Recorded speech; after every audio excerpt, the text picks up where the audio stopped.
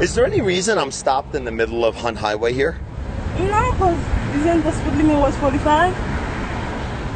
Okay, but I mean, when I turn my lights and siren on, why didn't you pull to the right, which would have been over there, nice and safe, or you could have made a right on Magma, which also would have been safe, and instead I'm literally standing in the middle of Hunt Highway. You turn off your lights, but I know I have to stop somewhere. Fair enough. I'm sorry. So knowing you are not wrong in that you had to stop somewhere. In the middle of one of the busiest roads in Santan Valley is not the right place. This is not the somewhere to stop.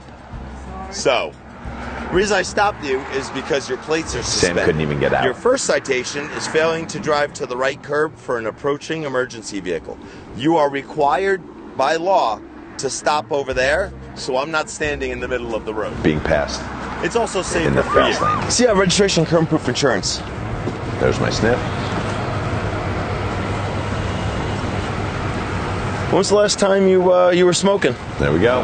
Probably earlier today. Okay. People are like, oh, you shouldn't have, that guy shouldn't have answered that question. Oh, you have the right to remain silent. All of that's absolutely true. However, I have eyes and I have a nose, and you could see, just like I've talked about before, I try to get a big sniff of every car.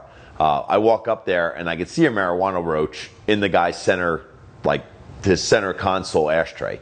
So I walk up, I already see it, like I know what's in there. And then I have a nose that functions. So I get this giant whiff of burnt marijuana coming out of the car, along with obvious, residue that marijuana has been used. So whether this guy answered questions or not, or was truthful or not, none of that matters. We would have gone to the same spot. Because I have all of these senses that I can use. And even if he would have said, hey, I'm not answering any questions and I'm not going to do any of your tests, he still would have ended up in a pair of handcuffs. He still would have ended up being processed for DUI. I still would have been just as cool with him as I was right now, because he does. I mean, he's got the right to not talk to me. But that doesn't mean that my investigation stops there and that I don't continue to conduct a full and thorough investigation. And Arizona is a great state for that. So other states might not, they might not have the ability to continue an investigation like we can, but in Arizona, you're not going to get out of that DUI. Maybe in other states, but definitely not here. So I'm Deputy Sloup. I work for the Pinal County Sheriff's Office Traffic Unit. That's the QT part. The reason I stopped you is your plates are expired in March. My partner, Deputy Diener, arrested a guy for DUI drugs this morning, about 9 o'clock this morning, and I get this one a little bit after 1. So this is something that happens all day long. Hop on out for me. Come talk to me here for a second. I remember this guy. Hey, you got rid of that little roach that was in the center console there. Again, Pinal County Sheriff's Office has a great Posi program. Posi himself is who that was. He shows up. He's awesome. He does my transport for me. So I was able to place that gentleman under arrest, dish him off to the Posiman. Posiman transports him to the command or the substation where he ends up being processed and released. And I was able to stay there, deal with the car, deal with the occupant of the car and all that stuff. So so the guy that shows up wasn't a deputy. I know he was in uniform, but he is just a volunteer. They volunteer for free. They have no compensation, but they just do it out of the goodness of their heart and their desire to serve their community. So Posi is, the Sheriff's Office runs on Posi, and this is just another example of how valuable those volunteers are, especially to the traffic unit, because we don't have cages in our cars, so we need that help in transporting, and they always show up. And they always do a great job. I got you. Step on up over here. All right. So, obviously, walked up. There's smells like weed in the car. What time did you smoke this morning? Probably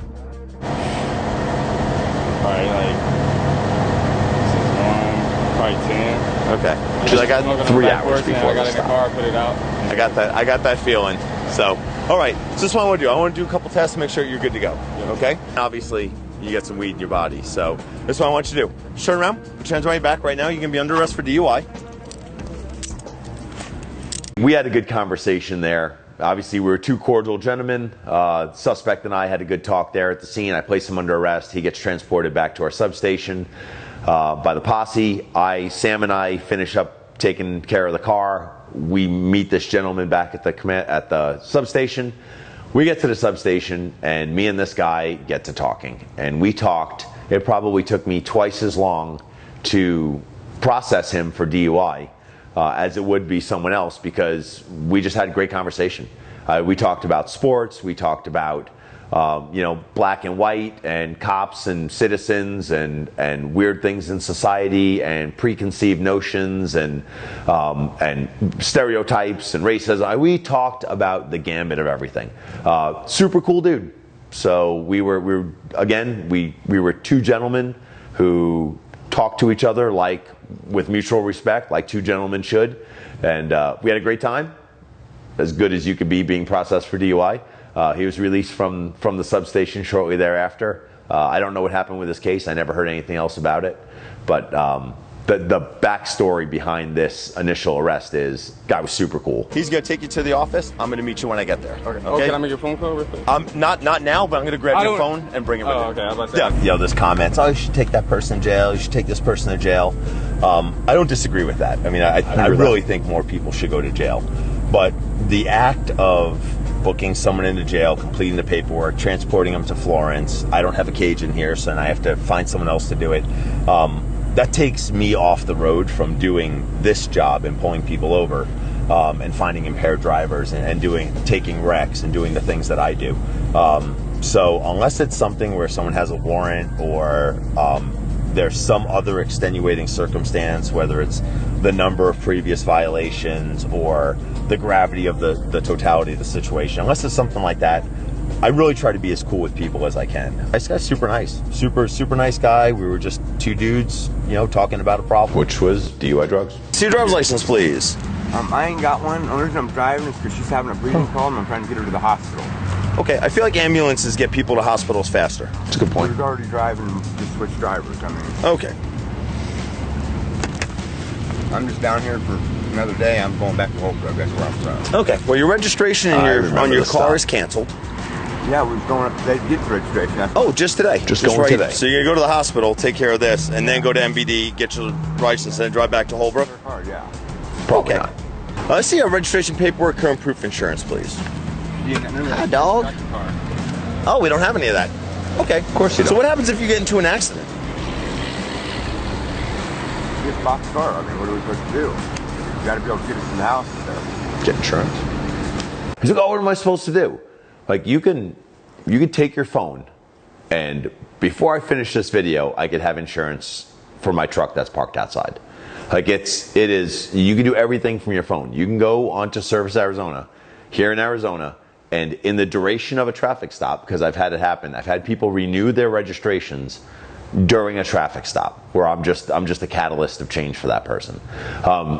If you have a smartphone, you can pretty much do all of that from you don't need a computer, you don't need to print anything out. You can do everything. The only thing you would need to print out is like a temporary 3-day permit, which you can get for any vehicle here in the state of Arizona. So it's not that he couldn't do what he needed to, it's just that he was lazy and didn't do it. So I happen to be a catalyst of change for him. Okay. Well, this was issued on July 27th, which is more than a month ago. So it wasn't just. You're getting the trifecta of not taking care of required stuff for your vehicle. So the 3 things that you need, you don't have any of the 3. My father card, I knew.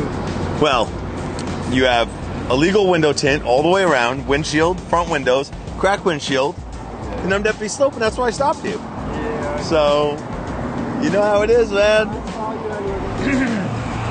I couldn't even see you sitting in here. I mentioned that person's got top to bottom window tint on their windshield. You're allowed a tint strip up on the top. That's totally legal. 33.5% plus or minus 3% on the sides, totally legal. You can even get an exemption from MVD for your side windows to be illegally tinted, and that's fine. Even MVD's exemption doesn't apply to the windshield. Like, you can't, because I get it. I've dark tinted windows on my vehicle that the sheriff's office gives me. I put my windows down all the time to see, but you can't do that on your windshield. So that's why if I write a ticket typically for window tint, it's because someone's tinted their windshield. I don't do very many for the sides. Occasionally I do if it's someone that's gotten a warning before or it's a really gross violation. But the majority of the time, if I'm writing a ticket for it, it's because tinting your windshield is just dangerous. And I don't care how hot it is in Arizona. I have a personal truck here. It's got a big windshield. My windshield isn't tinted. I have a tint strip on top, and that's it. So if you know who I am, you watch the videos, why would you not just go to somewhere and go, hey, can you take this crazy illegal window tint off my windshield? Because that's got to be dark at night. All right, so your windshield's cracked, that's one violation. Your window tint all around is another violation. I only went with one of them. I don't need to write you for everything. But we do have improper materials on both your windows and your windshield. That's it. You know it's illegal. I know it's illegal. We both do. Tint on your windshield. We don't need to harp on it. First reason, you're 61 to 45. Second reason, you have a lifted truck with no mud flaps. Third reason, your registration expired in July and we're now in August. And fourth reason is you now have a tinted windshield. So 4 separate reasons. I've stopped him about 1.5 years ago or so. And then I wrote him 5 separate citations for a different vehicle for almost the same violations, just with a different truck, but having tint, no mud flaps, he was expired registration, didn't have insurance, all sorts of stuff, all sorts of violations. And I stopped him today for speeding, and again, 15 over, and he's got tinted tail lights, lifted truck, illegal window tint. I don't think we have insurance yet. Registration expired last month, like all this stuff. So he's just like a habitual, really slow learner about all of the violations that are possible with Arizona motor vehicle law. And where we stopped, the last time I stopped him is exactly the same spot that I stopped him today. Again. Literally the same exact intersection. And the violation took place in the same exact location at Ironwood Ranch. So maybe this is just an unlucky area. I was like, there's spring. You're driving around with so much illegal tint on here. I saw you and drove off the road. I can't believe. I was turning out. Yeah, I drove off the road. I was looking at you because I couldn't believe how illegal this vehicle was. See your driver's license. Like this is an absolute insult. And I'll be honest, when I got the windshield tinted, they actually tinted it darker than what I had asked. Then you Well, you know what you should have said? Take that off my windshield. It's illegal. Yeah, the strip's legal. Okay. But top to bottom, because these windows are illegal too. Yeah. So it's just like you're illegal. This is an insult to Arizona motor vehicle law. Very seldom do I only write one violation for improper materials on windows and windshields, but this is such a blatant violation. I have to. I have to. Yeah.